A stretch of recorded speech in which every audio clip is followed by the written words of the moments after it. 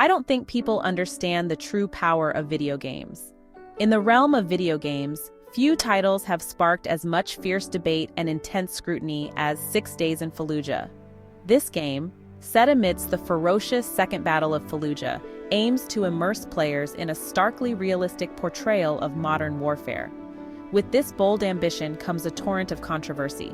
Critics claim the game trivializes the real-life agony and chaos faced by those who endured the conflict, while advocates argue it provides a rare opportunity to comprehend the complexities and confusion of war. As we delve into this narrative, we will uncover the formidable power of games as a medium for understanding, the immense challenges of crafting such a contentious title, and the potential it holds for interactive history. Games that address real-world events carry the significant duty to educate, to cultivate empathy, and to spark meaningful dialogue. When executed with precision, video games have the power to resonate deeply with audiences, bridging cultural divides and fostering a profound understanding of the chaotic world around us. This is the true potential of games as a medium. In the aftermath of the Second Battle of Fallujah, a video game emerged with a bold ambition: to recreate the intensity and chaos of the battle as a first-person shooter. 6 Days in Fallujah was not your typical war game. It wasn't about racking up kills or glorifying violence. It aimed to provide players with a glimpse into the reality of urban combat, the fear, the uncertainty, and the difficult choices faced by soldiers on the ground. The game's developers promised an unprecedented level of realism. They consulted with Marines who fought in Fallujah, incorporating their first-hand accounts, photographs, and even battlefield maps into the game's design. 6 Days in Fallujah was envisioned as a way to bridge the gap between the sanitized narratives of war often presented in the media and the raw, visceral experiences of those who lived through it. By doing so, it sought to honor the stories of those who served and provide a deeper understanding of the complexities of modern warfare. And 6 Days in Fallujah isn't just a game, it's a lightning rod for debate. Critics argue it's an insensitive portrayal of a brutal conflict, one that was still fresh in the minds of many, into a form of entertainment. Family members of fallen soldiers voiced their concerns, arguing that the game trivialized the sacrifices made in Fallujah. Others claim it's a necessary exploration of modern warfare. The game blurs the lines between entertainment and reality, forcing players to confront the harrowing truths of war. Some defended the game's artistic merit, arguing that it had the potential to educate and foster empathy. Others condemned it as exploitative, accusing the developers of profiting from a national tragedy. Is it a bold step towards understanding, or a reckless trivialization of real suffering? The controversy rages on, and there's no easy answer. At the heart of the 6 Days in Fallujah controversy lay a larger question. Can video games be more than just entertainment? Can they serve as a tool for education, for empathy, for understanding complex historical events? Proponents of using games to explore real-world issues argue that interactive media offers a unique advantage. Unlike books or films, video games allow users to actively participate in the narrative, to make choices and experience the consequences of those choices. This interactivity, they argue, has the power to create a deeper level of engagement and emotional connection. By stepping into the shoes of a soldier in Fallujah, players could gain a visceral understanding of the challenges and moral dilemmas faced by combatants. They could experience the fog of war firsthand, the constant tension, the split-second decisions that could mean life or death. This immersive experience could foster a deeper empathy and understanding of the complexities of war, making the historical events more relatable and impactful. As players navigate through the chaos and confusion of urban combat, they might better appreciate the human cost of war and the difficult choices soldiers must make.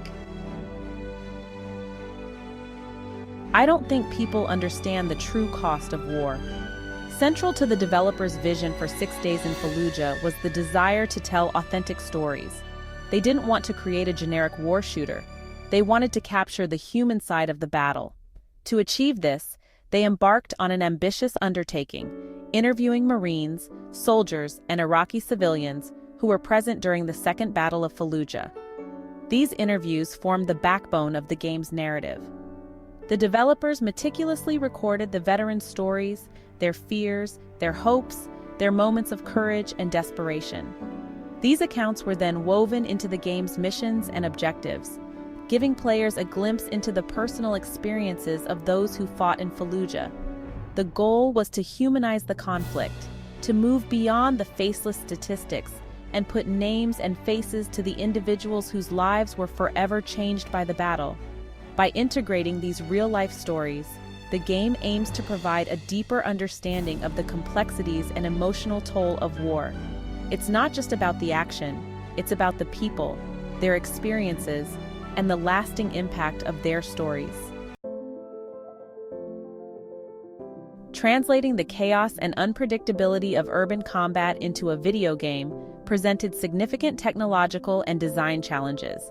The developers of 6 Days in Fallujah strived to create a realistic and immersive experience, but they also had to balance authenticity with gameplay considerations. One of the key innovations was the implementation of a procedural architecture system. This technology allowed the game to generate building layouts and environments randomly, ensuring that no two playthroughs were ever the same. This element of randomness mirrored the unpredictable nature of urban warfare, where insurgents could be hiding anywhere and danger lurked around every corner. The game also featured a squad-based combat system, forcing players to rely on their AI teammates and coordinate their actions to survive. However, despite the developers' efforts, the final product faced criticism for its AI behavior, with some reviewers finding the squad mechanics clunky and unrealistic. The developers continued to work on updates and patches, aiming to improve the gameplay experience based on player feedback. Upon its release, 6 Days in Fallujah was met with a mixed reception. Critics acknowledged the game's technical achievements and its ambition to tackle a sensitive subject matter. The game's graphics and sound design were praised for their realism, effectively conveying the sights and sounds of urban combat.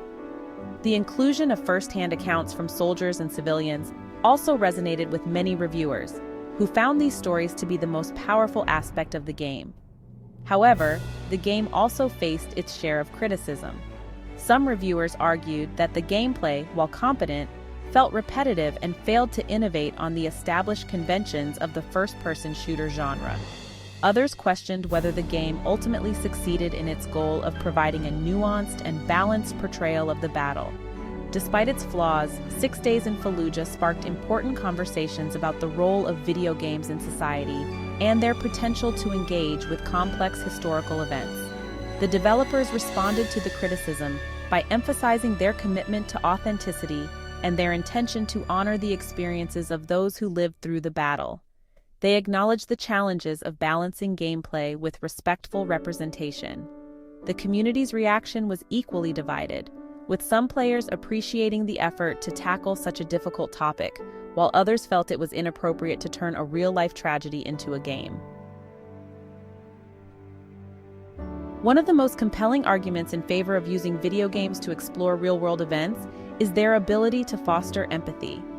By allowing players to step into the shoes of someone from a different background or experience, games can challenge preconceived notions and promote understanding. In the case of 6 Days in Fallujah, players were given the opportunity to see the world through the eyes of a U.S. Marine fighting in a foreign land. They experienced the fear and confusion of urban combat, the constant threat of ambush, the difficulty of distinguishing between civilians and insurgents. This perspective-taking exercise, proponents argue, had the potential to humanize the enemy, to challenge the U.S. versus them mentality that often permeates discussions of war. By understanding the motivations and fears of those on the other side of the conflict, players could gain a more nuanced and empathetic view of the situation. Beyond simply understanding the perspectives of soldiers, 6 Days in Fallujah sought to convey the human cost of war. The game did not shy away from depicting the brutality of combat, the loss of innocent lives, and the lasting psychological scars left on both soldiers and civilians. Through its narrative and gameplay, the game aimed to challenge the glorification of war often seen in other media. It forced players to confront the difficult choices and moral dilemmas faced by those on the ground. The inclusion of real stories from soldiers and civilians further emphasized the human toll of the conflict. Players heard firsthand accounts of loss, trauma, and the challenges of returning to civilian life after experiencing the horrors of war. By exposing players to these realities, the developers hope to foster a deeper understanding of the consequences of armed conflict and the importance of seeking peaceful resolutions.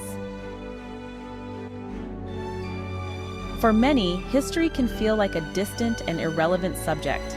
It's something that happened in the past, confined to textbooks and documentaries. Video games, with their immersive experiences and interactive narratives, have the potential to bridge this gap and make history more relatable and engaging for a new generation.